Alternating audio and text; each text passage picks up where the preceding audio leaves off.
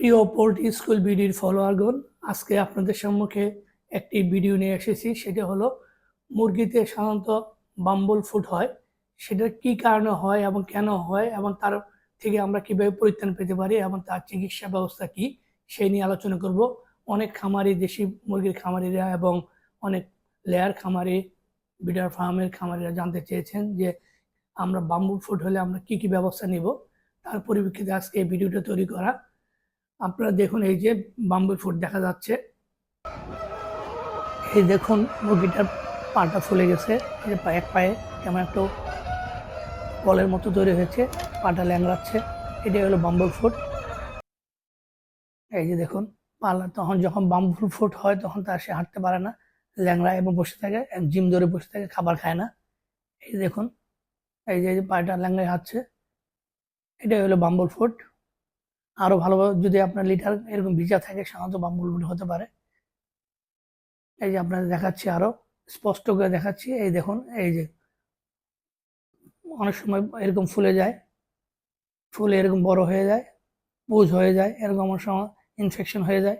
এটাই হলো bumble foot.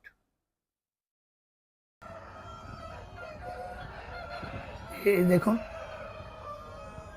Litre যদি ভিজা থাকে তাহলে এরকম হওয়ার সম্ভাবনা খুব বেশি থাকে।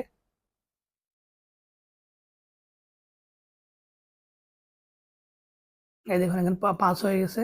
বাম্বল ফুট সাধারণত মুরগির পায়ে কোনো কারণে ক্ষত হলে, কেটে গেলে বা কোনো ইনফেকশন হলে সেখানে ব্যাকটেরিয়া দ্বারা আক্রমণ হয় এবং সেখানে পাঁচ তৈরি হয় এবং পা ফুলে যায়। তারা ঠিকভাবে হাঁটতে পারে না, খাওয়া দাওয়া করতে পারে না, মিটিং করতে পারে না, প্রোডাকশনের কমতি হয়। সাধারণত এই দেখা যায় যে কিছু ব্যাকটেরিয়া আছে, সেই ব্যাকটেরিয়াগুলা এই রোগের জন্য দায়ী। সাধারণত দেখা যায় স্ট্যাফিলোকোকাস অ্যারিয়াস অথবা সিডোমোনাস অথবা ইকোলাই দ্বারা এই রোগটা হয়ে থাকে। এই রোগ হলে সাধারণত আমরা কি করতে পারি? এই রোগটা হলে আমরা প্রথমত সেই রোগটা যদি সার্জারিক্যালিভাবে আমরা পাটা কেটে সেখান থেকে পুষ বের করে ভালোভাবে ব্যান্ডেজ করে অ্যান্টিবায়োটিক দিতে পারি। সাধারণত আমরা এই বাম্বল ফুটের জন্য ইরাথ্রোমাইসিন, অ্যামোক্সিসিলিন, লিঙ্কোমাইসিন এই জাতীয় আমরা ওষুধ ব্যবহার করতে পারি, অথবা আপনারা পশু চিকিৎসকের পরামর্শ অনুযায়ী আপনারা এই চিকিৎসা নিতে পারেন। এটা হলে অনেক সময় অনেক মুরগির অনেক ক্ষতি হয়, ফার্টিলিটি কমে যায়, হ্যাচাবিলিটি কমে যায়, মুরগির উৎপাদন কমে যায়, মুরগি দুর্বল হয়ে যায়, ল্যাংড়া হয়ে যায়।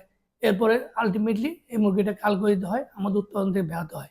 সেই জন্য যাতে ঘরের ভিতরে প্রিভেনশন হিসাবে তুষটাকে অবশ্যই ভালো রাখতে হবে। তুষ যদি ভিজা থাকে অনেক সময় সেখান থেকেও বাম্বল হতে পারে, এবং তুষটা অবশ্যই খুব ধারালো যাতে না হয়, শার্প তুষ না হয়, সেটি খেয়াল রাখতে হবে।